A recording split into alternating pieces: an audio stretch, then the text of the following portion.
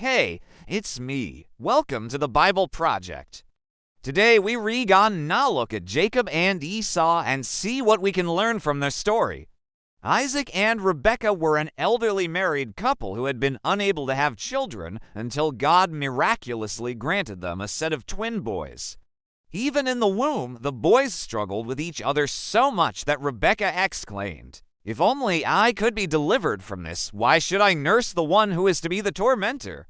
And God reminded her that they would become to peoples, to nations, with the older twin serving the younger. Then the boys were born. First came Esau, covered with hair like a red, hairy garment all over his body.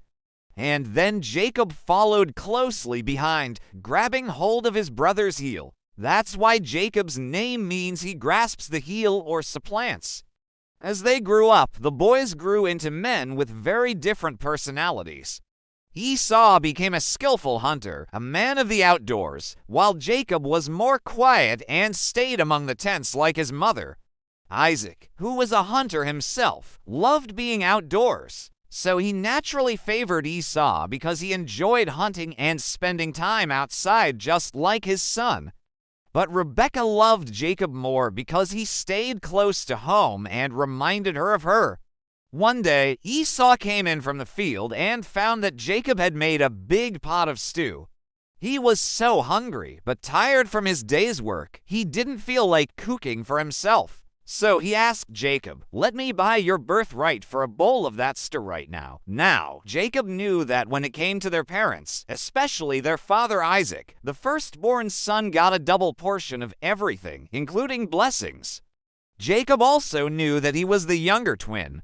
And if their father laid hands on him, gave him the blessing that made Jacob the older in the eyes of God, this meant that Jacob would receive all the promises God made to Abraham, Isaac's father, about land, descendants, and blessing. It would mean that God would make Jacob into a great nation, and that all families of the earth would be blessed through him and his offspring. Jacob wanted this blessing more than anything else. So he said to his brother, "I won't sell you my birthright." But Esau persisted and said, "Look, I'm about to die. Why do you keep talking about this? Let me eat some of that stew, and I'll give you my birthright." So Jacob tricked his brother into giving up his birthright by saying, "Okay, here it is." Then Jacob gave Esau some of the stew, and after eating it, Esau sold his birthright to Jacob and despised his inheritance. Wow! Many years passed. And when Isaac grew old and blind, he knew that he was nearing death and that soon he would be called home to be with the Lord. So he called Esau, his firstborn son, and said, "My son, I'm old. Get me some tasty wild game to eat so that I might be able to give you a blessing before I die."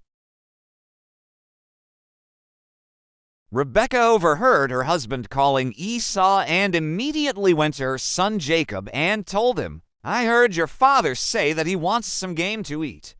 Go and get him some and bring it to me, and I'll prepare it for him." Then she took some of Esau's clothes and put them on Jacob. She also got some goatskins and covered Jacob's arms and his neck with them.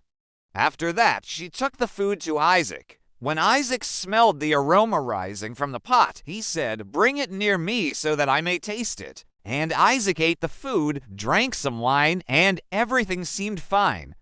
Then he reached out and touched Jacob's beard and felt the goatskins covering his arms and neck. But despite this, he still gave Jacob his blessing, pronouncing all the covenant promises made to Abraham onto his youngest son, promises that were supposed to go to Esau, the firstborn. When Esau came in from the hunt and saw that Jacob had been given the blessing that was supposed to be his, he was furious. He began to weep and beat his fists against the ground, saying, "Isn't Jacob my brother? Isn't he the one who stole my blessing? You're being unfair. Why did you bless him instead of me?" Then Isaac explained everything to Esau, but he wasn't satisfied with that answer. He wanted revenge, so he vowed to kill Jacob and ran off to get his bow and arrows. When Rebekah heard what had happened, she immediately sent Jacob away to escape his angry brother. Wow, what a story! Do you know Jesus? Do you trust him? If not, today is a good day to ask him to forgive you of your sins and to have faith in him. Trust him, follow him, ask him for help and guidance in your life. He'll be there for you. He loves you. Thank you for watching this video. Please like, subscribe, and share, as this will really help us in reaching more people with the message of God's Word. God bless you.